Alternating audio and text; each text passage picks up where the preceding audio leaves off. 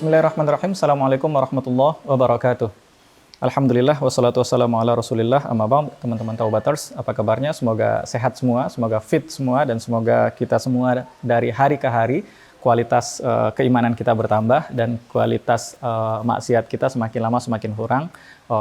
Ke bad habit kita semakin lama semakin kurang, dan kita semakin lama semakin memasuki fase-fase menuju 20 hari lagi menjelang akhir di Ramadan.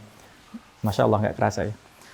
Pada kesempatan ini kita akan melanjutkan tema kita kemarin. Kita bicara tentang financial dealings, tentang transaksi keuangan kita, tentang bagaimana kita mendapatkan uang dan kemana kita hasilkan. Insya Allah pada hari ini kita akan melanjutkan tema itu. Kemarin kita pembahasan tentang cari cuan ya. Dan sekarang kita akan membahas tentang bagaimana cuan yang sudah dicari itu dihabiskan. Gimana sih caranya? Masya Allah, Al-Quran memberikan panduan yang luar biasa sempurna.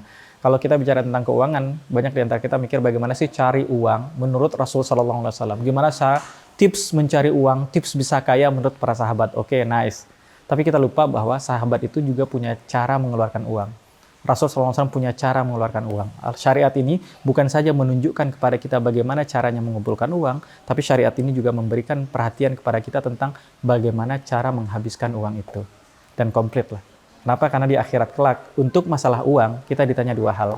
Dari mana engkau dapatkan dan untuk apa engkau habiskan. Untuk masalah ilmu, di mana kita dapat itu nggak begitu penting. Oh, saya dapat ini dengar langsung dari masjid, saya dapat ini dengar di YouTube, saya dapat ini dengar dari kajian teman, saya dapat ini dengar, baca di buku dan lain sebagainya. Tapi apa yang diamalkan dari ilmu itu ditanyakan. Untuk uang, dari mana kita dapatkan dan untuk apa kita habiskan. Itu pertanyaan yang besar yang kelak kita akan ditanya di akhirat. Maka sebelum kita ditanya nanti di sana, kita diskusikan di sini dan kita minta semoga diskusi ini ya Allah saksikan ini, para malaikat mensaksikan ini. Kita minta semoga ya Allah diskusi kita ini akan mempermudah kaki kita di akhirat kelak ketika ditanya di mana kita dapatkan uang dan untuk apa kita habiskan. Tema kita hari ini kalau di buku ini judulnya Money Matters. Uang itu penting. Orang berpikir uang itu nggak penting, ternyata di Islam uang itu, bagaimana kita menghabiskan uang itu adalah pembahasan yang sangat besar, yang sangat penting dalam Quran, dalam Islam itu sendiri. Dan kita berangkat dengan surat Al-Isra ayat ke-25, teman-teman. Bisa buka Quran, surat Al-Isra. Surat Al-Isra itu surat ke-17, ayat ke-25, 26, 27. Dan mungkin kita bahas sedikit 28. Nah, sebelum kita masuk tema ini, penting kita tahu nih, tentang bagaimana menghabiskan uang. Tema bagaimana menghabiskan uang itu. Sebelum kita masuk ke dalam tema itu, Allah bicara satu hal penting di ayat 25. Allah katakan, Rabbukum a'lamu bima fi nufusikum. Rabb kalianlah yang paling tahu dengan apapun yang ada pada diri kalian.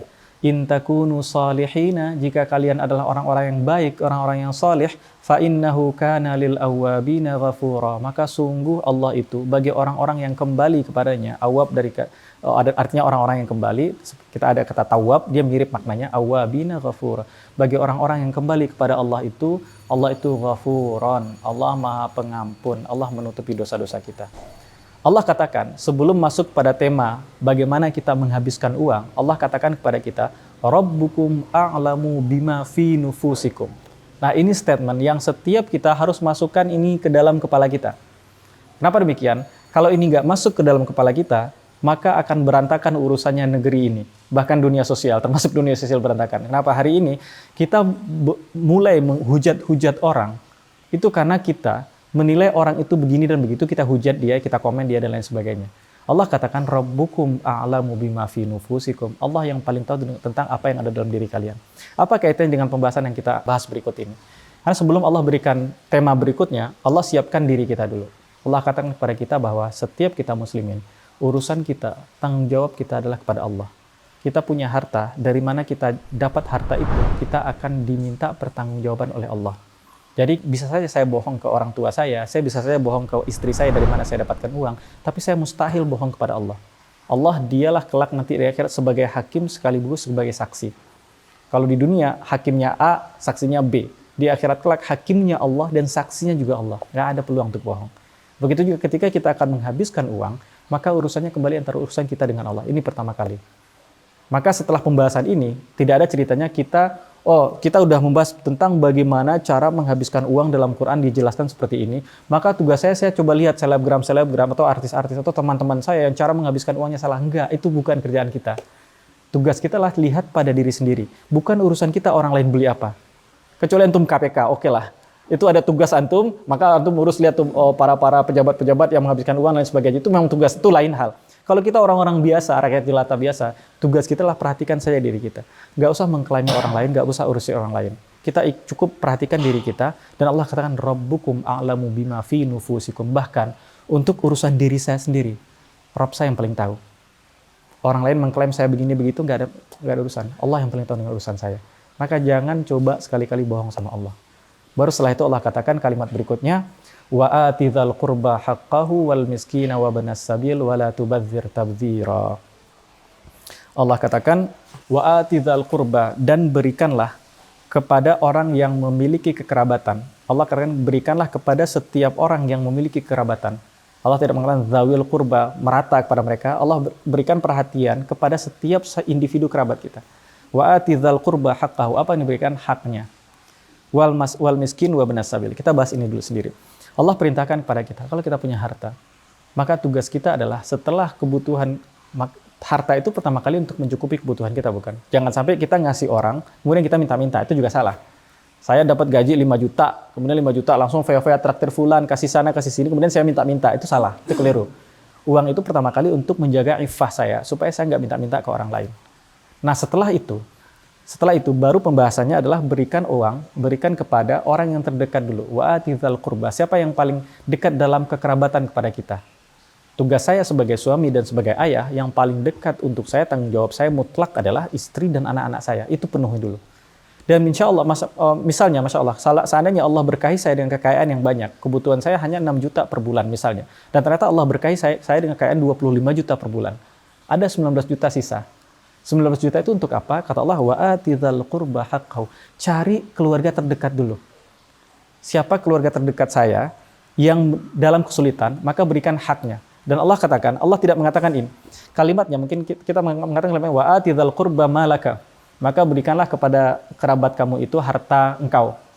Tapi Allah katakan, berikanlah kepada kerabatmu itu haknya dia.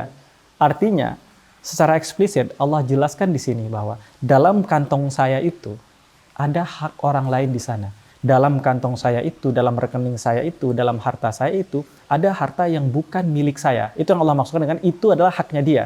Maka itu yang harus kita perhatikan pertama kali.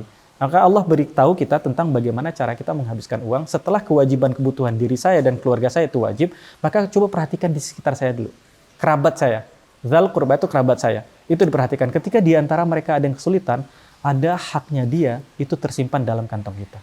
Maka keluarkan untuk mereka. Dan terkait dengan haqqahu ini, biasanya teman-teman, kalau kita punya kewajiban, kalau katanya hak di sini, maka itu kewajiban kita. Hak si fulan, maka dia kewajiban kita. Begitu kan? Dan biasanya kita kalau punya kewajiban, kita akan mau disiplin memberikan kewajiban itu kepada otoritas yang lebih tinggi dari kita. Ada orang yang wajib pajak, dia bayar pajak itu kenapa? Karena dia tahu otoritasnya lebih tinggi. Kalau saya nggak bayar pajak, bisa jadi perusahaan saya dicekal. Kalau saya nggak bayar retribusi ini, bayaran itu dan lain sebagainya, bisa jadi bisnis saya bermasalah. Dia lakukan ini karena otoritasnya lebih tinggi. Nah, untuk zil qurba, untuk kerabat kita, Allah mengatakan bahwa berikanlah haknya itu. Haknya artinya kewajiban kita memberikan kepada dia.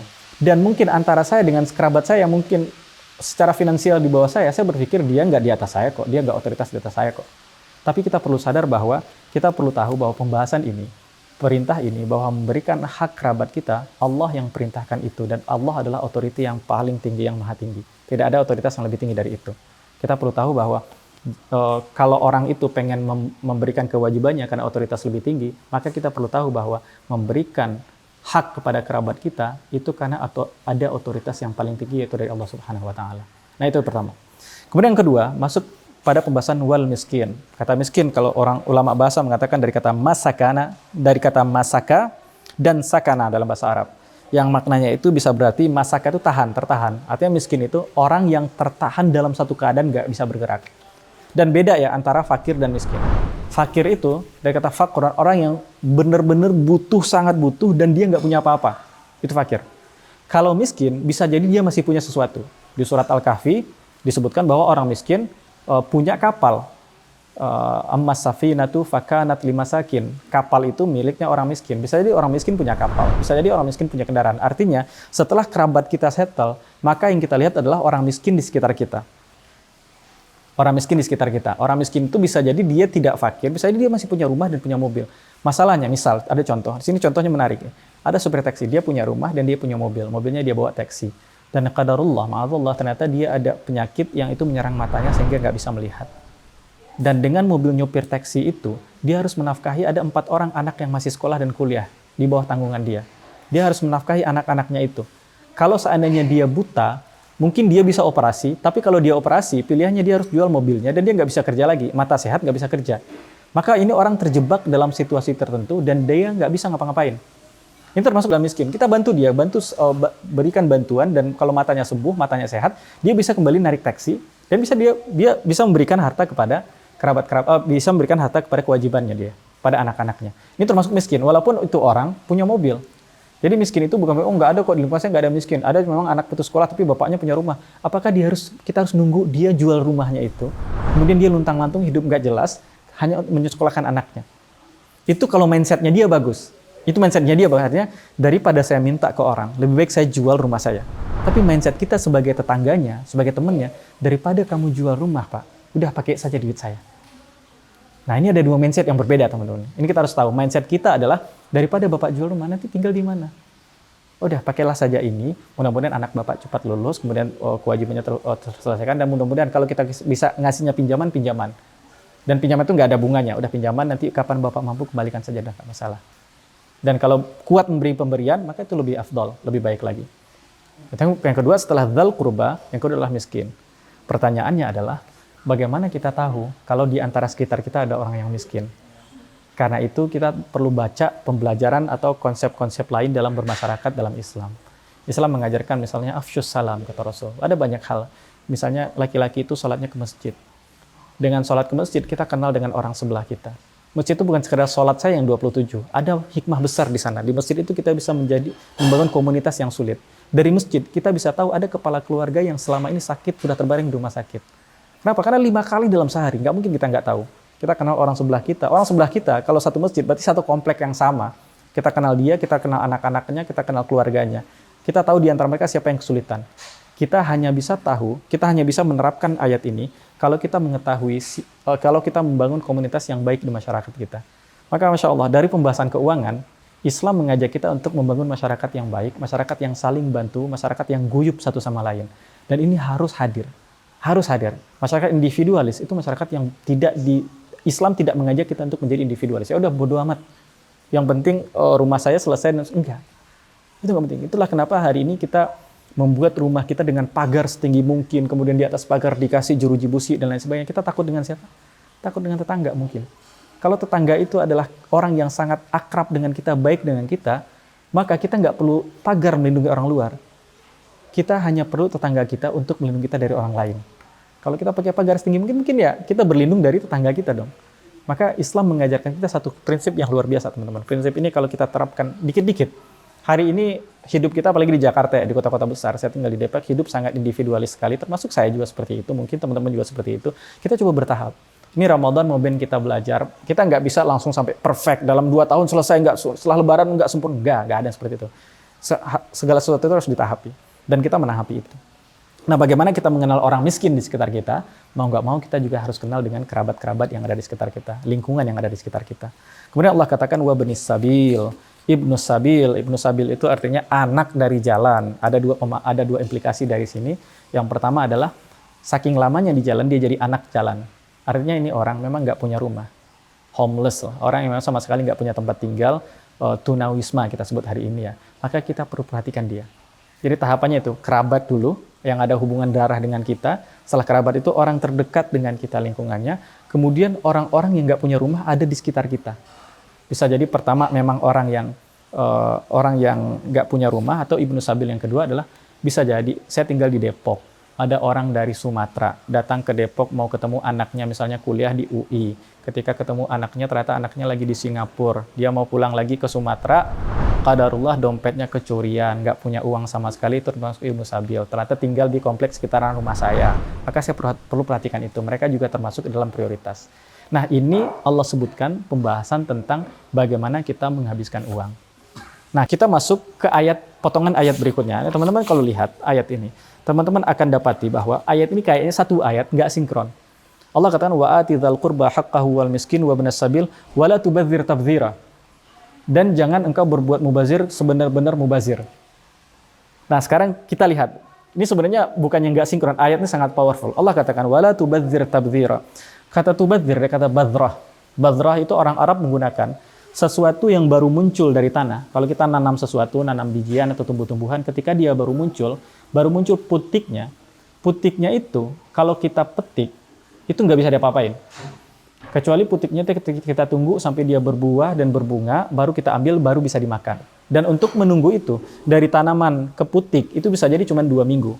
Tapi dari putik menjadi buah dan bunga itu bisa jadi 2 bulan, lebih lama lagi. Nah, badrah diambil dari kata itu. Mubadzir diambil dari kata itu. Artinya apa? Artinya mubadzir itu orang yang ketika baru muncul, dia langsung habiskan. Coba sekarang kita lihat, di antara kita mungkin ya, ada yang ketika baru gajian, langsung habiskan. Gaji di awal bulan, taruhlah tanggal 1 gaji, dapat 5 juta. 5 juta saat tanggal 5 udah habis gajian. Kembali ke minum makanan bergizi dan lain sebagainya. Nah, itu termasuk bagian dari mubadzir. Dan juga at-tabdzir, tafriqul mal bila muhasabah, yakni israfuhu. Orang Arab mengatakan mubadzir itu adalah tafriqul mal, menghabiskan uang bila muhasabah, tanpa dihitung. Jadi dapat uang sekian habis, dapat uang sekian habis. Itu termasuk dalam mubadzir. Dan menariknya, Allah katakan wala tubadzir tabadzira. Allah katakan jangan berbuat mubazir yang berterus-terusan. Artinya dalam beberapa keadaan di hidup kita, mungkin kita melakukan mubazir. Mungkin sekali kita melakukan tabzir. Saya dapat dapat uang. Misalnya dapat uang gajian, baru gajian. Langsung gajian digabung sama tabungan saya, langsung beli handphone. Kadang kita melakukan itu. Maksud Allah adalah, Allah tidak mencacat orang-orang itu.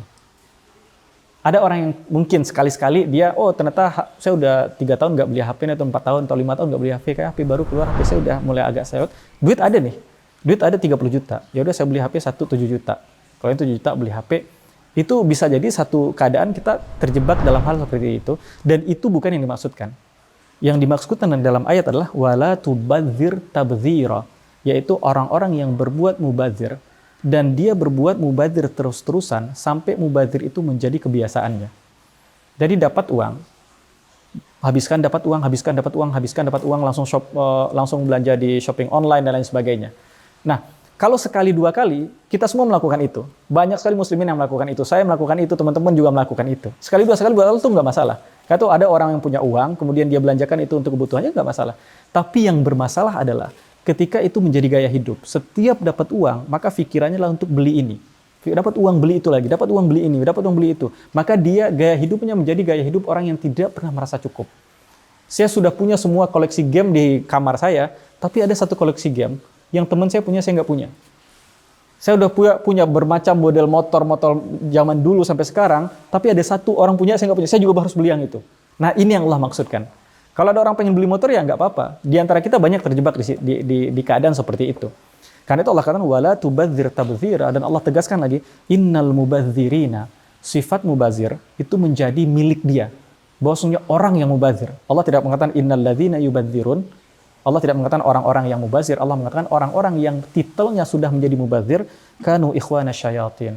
Mereka itu adalah saudara syaitan, wa kana syaitanu li rabbih kafura, dan adalah setan kepada Rabbnya itu kafur.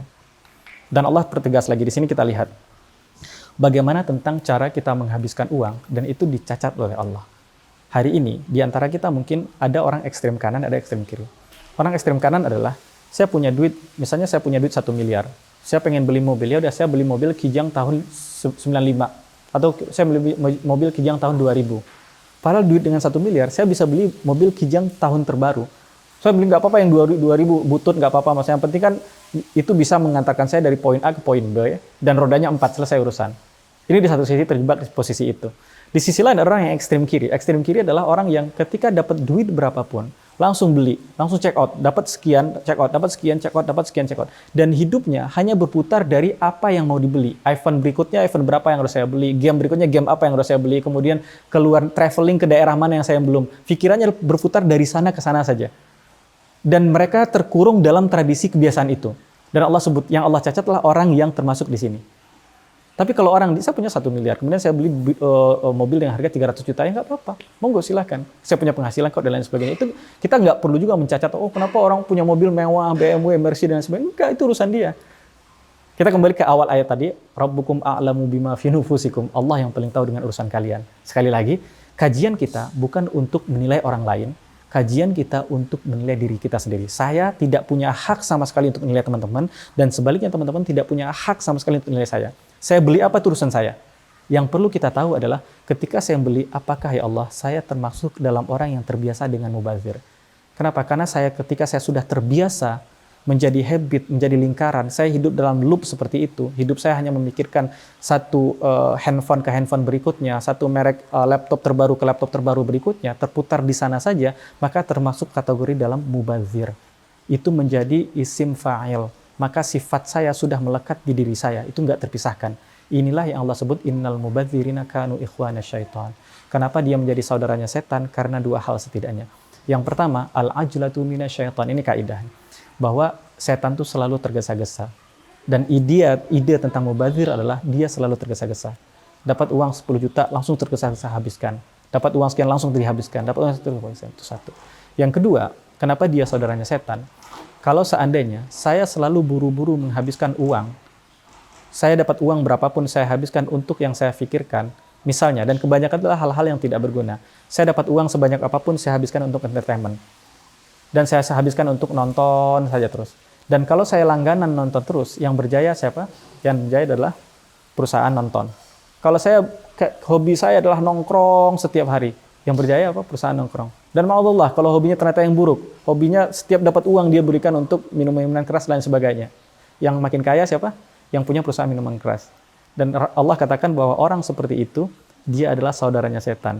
Tanpa sadar, kita membangun sebuah konglomerasi, yang mana setiap duit kita habiskan untuk perusahaan itu, dan perusahaan itu hanya mengeluarkan hal-hal yang tidak berguna. Hal-hal yang tidak berguna dikeluarkan, dan kita hanya menghabiskan harta untuk itu. Kita mensupport dia semakin besar, bukannya kita saling saudara satu sama lain, dan kita bersaudara untuk membangun hal yang sia-sia. Dan hari ini kita lihat hal yang sia-sia banyak sekali, teman-teman.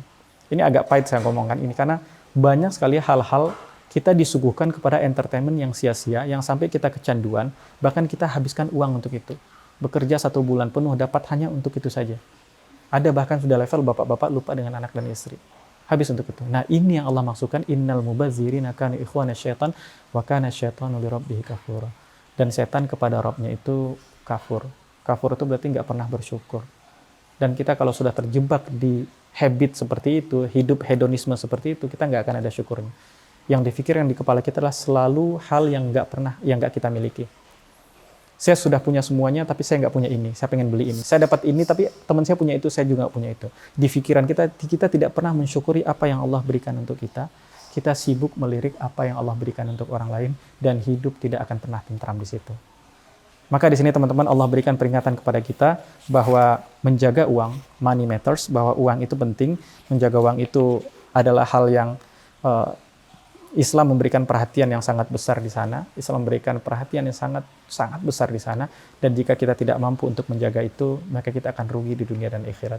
Semoga Allah jadikan kita orang yang mampu diberikan amanah Allah harta, maka kita bisa mengolah harta itu dengan cara yang baik, menghabiskan dengan cara yang baik pula, dan semoga kelak di akhirat Allah ringankan kaki kita ketika ditanya, hartamu dari mana kamu dapat dan untuk mana kamu habiskan.